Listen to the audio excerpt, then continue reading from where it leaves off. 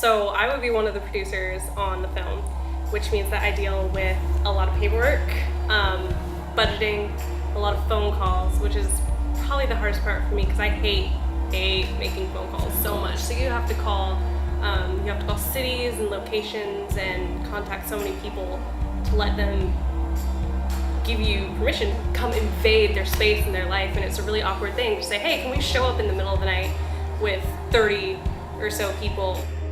The producer really handles a lot of the pre-production. We are very much, a lot of people say that we're the financiers, and that's very true up to a point.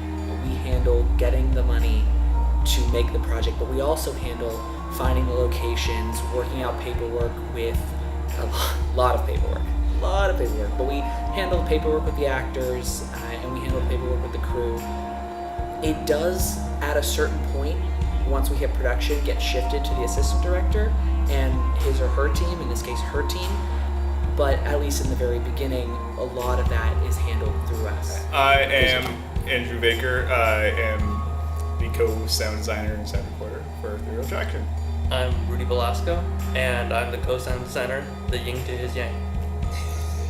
The weirdest thing I've ever heard, well, the mic was on, no one knew that we were there. I remember I was always waiting to hear Whitney do her famous booty shake, rap, and dance. Look at it, slow motion freeze, stop for the camera, paparazzi wanna see, cheese. I was just sitting there listening to the mic, and it's off in the distance. I heard it, I thought it was someone's car, and I look over and it's Whitney. I remember I grab Rudy and just like run over there. Also, to go on top of that, weirdest things that we've ever heard during our sound time. During the making of this movie, we were in the sound library once, and we found a man's personal happy time in the effects section. So, yeah, weird stuff. There's weird things. I see. It's like we're looking for these things. I just go through all the sounds and like find ones that I like or whatever, and I'm just going through it. It's this like labeled personal moment. I'm just like. And that would be labeled as one that we didn't like.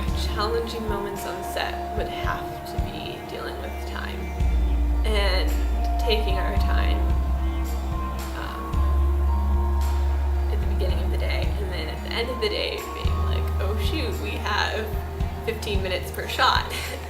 And I think those were the most challenging times, where I literally took out a stopwatch and said we have 15 minutes and we're moving on. To an extent. Well, this is a tray that we're using to simulate dragging our actress along the grass here. Okay.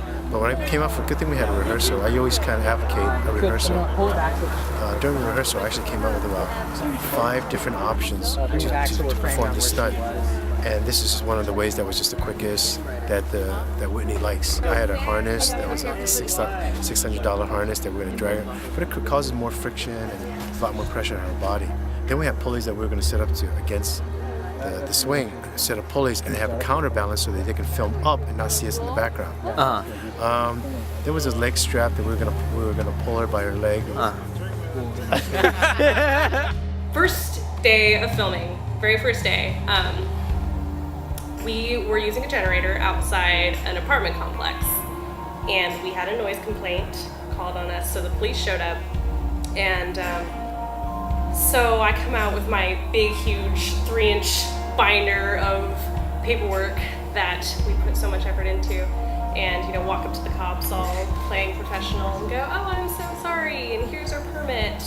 And so they were really nice and sweet about it and just asked us to move the generator, which was completely reasonable because it was like 11 o'clock at night and we had a generator right outside of somebody's window.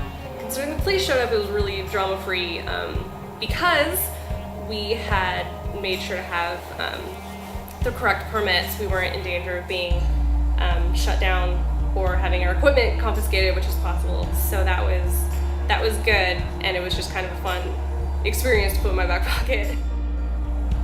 I'm very excited to have it all come together, because it's definitely been one of those processes, just being able to be with it from the initial pitching of something, getting our script, completely rewriting our script completely, and then having everything come together with getting a fantastic crew on, and then our actors being just perfect for the roles and everything just fitting together, and now getting to the post-production phase where our editor did some amazing work on it, and then Taylor went back and did some great color correction, and then sound design comes in, and seeing all of the different pieces just fit together, and now being able to see the finished product, which I think is going to be a really cool film, and it's going to be a really cool experience for people to sit through. So getting to this point has been awesome, and I'm excited that we actually have a film to show for it.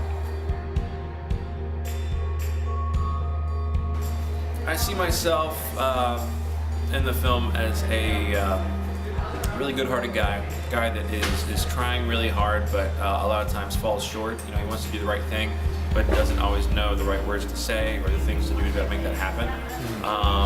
But has a really honorable intention. Also a really, really smart guy, and so has been a little bit socially isolated because people can't always relate on the same planes, and he doesn't always understand socially what's happening, even though he desires to, to be in the cool crowd. He's not necessarily, he's like street smart, he's book smart. Oh my gosh, the cast is the best. The cast and crew have been amazing. Everyone's super friendly and super nice, and it's kind of an inspiration to like work with. These actors are so nice and genuine as people and so down to earth. It kind of makes me want to be more genuine and down to earth, like in real life. Right now, I'm awake because I just saw our homeless man acting, and it rejuvenated me so much. Now I'm awake. I was falling asleep, but now we see an alien, so now I'm pretty much awake. As a basis for speaking the alien tongue, it actually reminds me of this play that I did, which was a Sam Shepard play, and in it the girl has brain damage, but she's got something very important to communicate, and so she's speaking gibberish, but it's very clear to her, and so that's sort of my research and my foundation for speaking alien.